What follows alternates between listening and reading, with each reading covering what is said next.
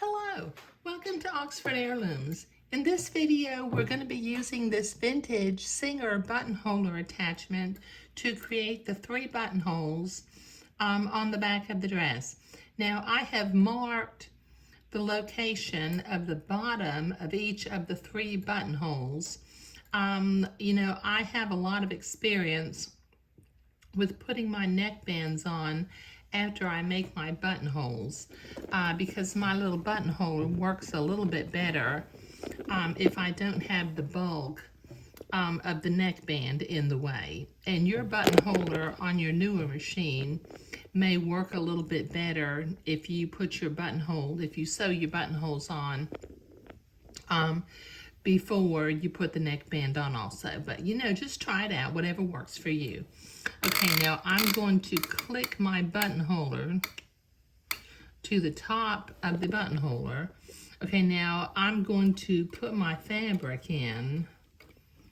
Let's see, I'm going to line the side of the placket up with the side. Let's see, I think I need a piece of waxed paper sometimes because the buttonholer foot attachment has teeth on the underside of it, and it sometimes catches on the smocking. So let me line my placket up with the side of the presser foot of the buttonholer. There's my first mark, and let me adjust my fabric until I'm lined up with the side of the button. There we go. Okay, now I'm going to drop my needle and make sure I'm at the level of, I'm at the level of the blue mark. Okay, so now I will proceed to sew my first buttonhole.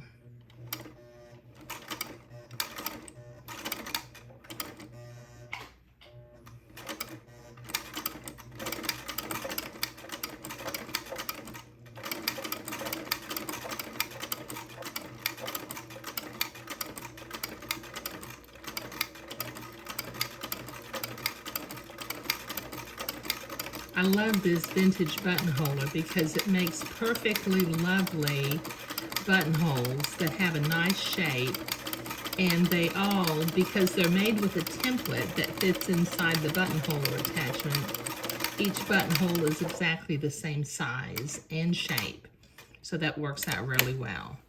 Okay, so that's the first buttonhole. Oh, I don't have my scissors over here.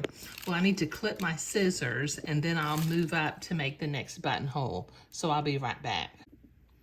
Okay, so I've got my threads clipped on my first buttonhole. Now what I need to do in order to start the next buttonhole, I need to click to the top or the back of the buttonholer attachment.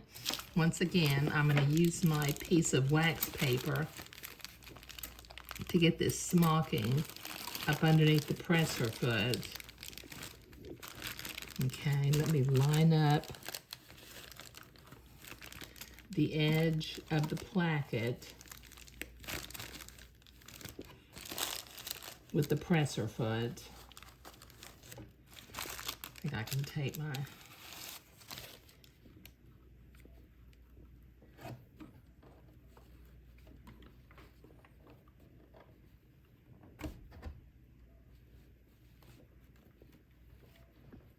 Okay, just line it up with the presser foot.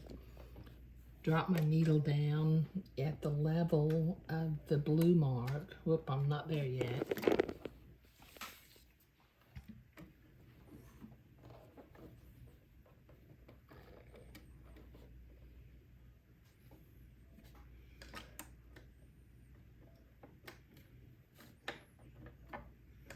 There we go. Okay, now let me line my placket up again. It kind of got unfolded a little bit. Now I will drop my presser foot, and once again, I will sew the buttonhole.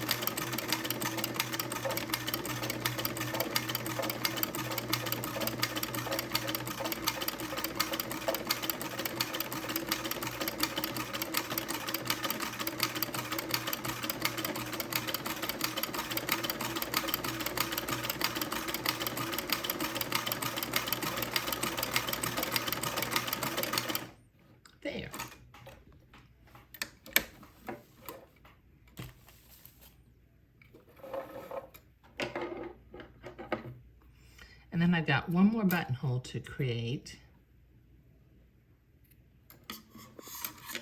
Let me get my thread sewing. Now once again, I'm going to click my buttonhole or attachment to the top or back of the buttonhole and bring my fabric. Let me use my wax paper underneath these teeth again.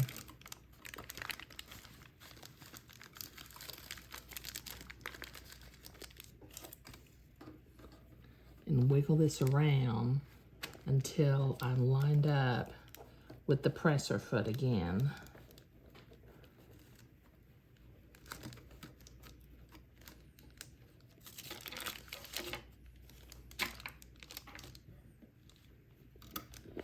And then I want to go in at the level of my blue mark.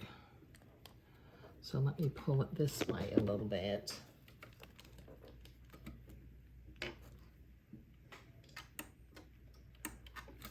Okay. Then I'll lower my presser foot and sew one more buttonhole.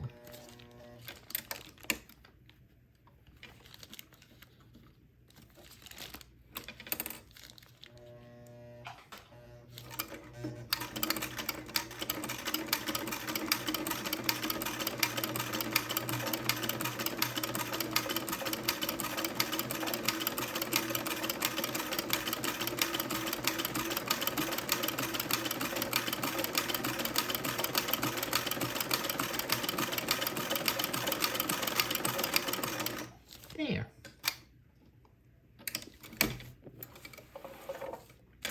Okay, I've got all 3 buttonholes made. And they look real nice. They're all the same size and shape, which is what we were looking for.